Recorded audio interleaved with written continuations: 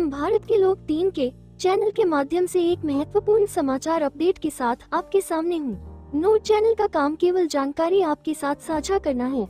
दर्शक समाचार देखते और समझते वक्त अपने विवेक बुद्धि का प्रयोग जरूर करें। 3 अक्टूबर 2024 को केंद्रीय मंत्रिमंडल ने 5 नई भाषाओं को शास्त्रीय भाषाओं का दर्जा दिया है। ये भाषाएं भारतीय संस्कृति और भाषाई धरोहर की समृद्धि को दर्शाती हैं। इन भाषाओं में विशेष रूप से संस्कृत, तमिल, तेलुगु, कन्नड़ और ओडिया शामिल हैं। इस निर्णय से इन भाषाओं के संरक्षण और विकास को बढ़ावा मिलेगा, जो हमारी विविधता और समृद्धि का प्रतीक है। ये कदम एक नई दिशा में भारत की भाषाई पहचान को सुदृढ़ करेगा। सबसे पहले 2004 में तमिल भाषा को शास्त्रीय भाषा का दर्जा मिला था, फिर 2005 में संस्कृत, 2008 में तेलुगु और कन्नड़, 2013 में मलयालम और 2014 में उड़िया भाषा को ये दर्जा प्राप्त हुआ। अब 2024 में मराठी, पाली, प्राकृत, असमिया और बंगाली कुल 5 भाषाएं इसमें शामिल हुई। इस ऐलान के साथ ही अब कुल 11 शास्त्रीय भाषाएं हो जाएंगी। केंद्रीय मंत्रिमंडल ने 5 नई भाषाओं को शास्त्रीय भाषाओं की श्रेणी का दर्जा दिया है। शास्त्रीय भाषा अर्थात क्लासिकल लैंग्वेज ऐसी भाषाएं जिनका इतिहास 1500 से लेकर 2000 वर्ष तक पुराना हो, जिनकी स्वतंत्र साहित्यिक परंपरा हो और जिनका बहुत बड़ा साहित्यिक भंडार हो, उन्हें हिंदी में शास्त्रीय भाषा कहते हैं।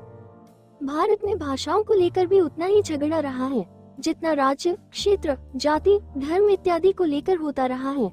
कुछ राज्यों का निर्माण भी भाषाओं के आधार पर ही हुआ है, तो कुछ जिलों का परिसीमन भी भाषा, बोलियों पर केंद्रित है। भारत के संविधान की 8वीं अनुसूची में कुल 22 भाषाएं हैं। बहुत से राज्य, क्षेत्र अपनी भाषाओं को 8वीं अनुसूची में सम्मिलित करने हेतु प्रयासरत हैं। सर्वे के मुताबिक भारत में 780 भाषाएं बोली जाती हैं, लेकिन यहाँ 20,000 के लगभग भाषा और बोलियां और उनकी उपबोलियां मौजूद हैं। देश में सबसे अधिक हिंदी बोलने वालों की संख्या है। सरकारों द्वारा सबसे अधिक खर्चा संस्कृत भाषा पर किया जाता है।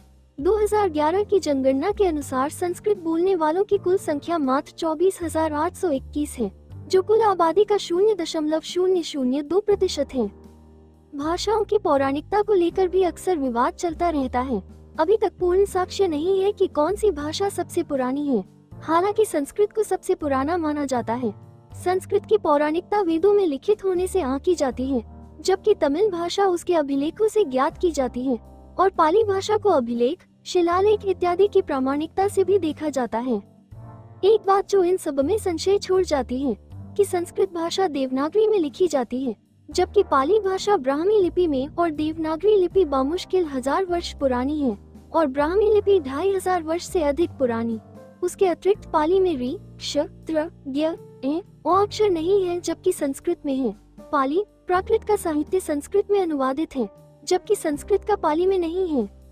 इससे ऐसा भी प्रतीत होता है कि कुछ तो अपूर्ण है, क्योंकि जो खोज पहले हो चुकी होती है उसका बाद में विवरण मिलता ही है। बाद में खोजी जाने वाली चीजों में पहले से मौजूद चीजों की अनदेखी नहीं हो सकती है। यदि आपके मन में भी ऐसे सवाल उठते हैं तो इनका जवाब नहीं है। हाँ, इन तमाम सवालों के जवाब तब मिलने की जरूर संभावनाएं बढ़ती है जब सिंधु घाटी सभ्यता की लिपि पढ़ी जाएगी। तब तक सभी की बातें महान। धन्यवाद। जानकारी अच्छी लगी हो तो कृपया वीडियो को लाइक, शेयर, कमेंट और सब्सक्राइब जरूर करें।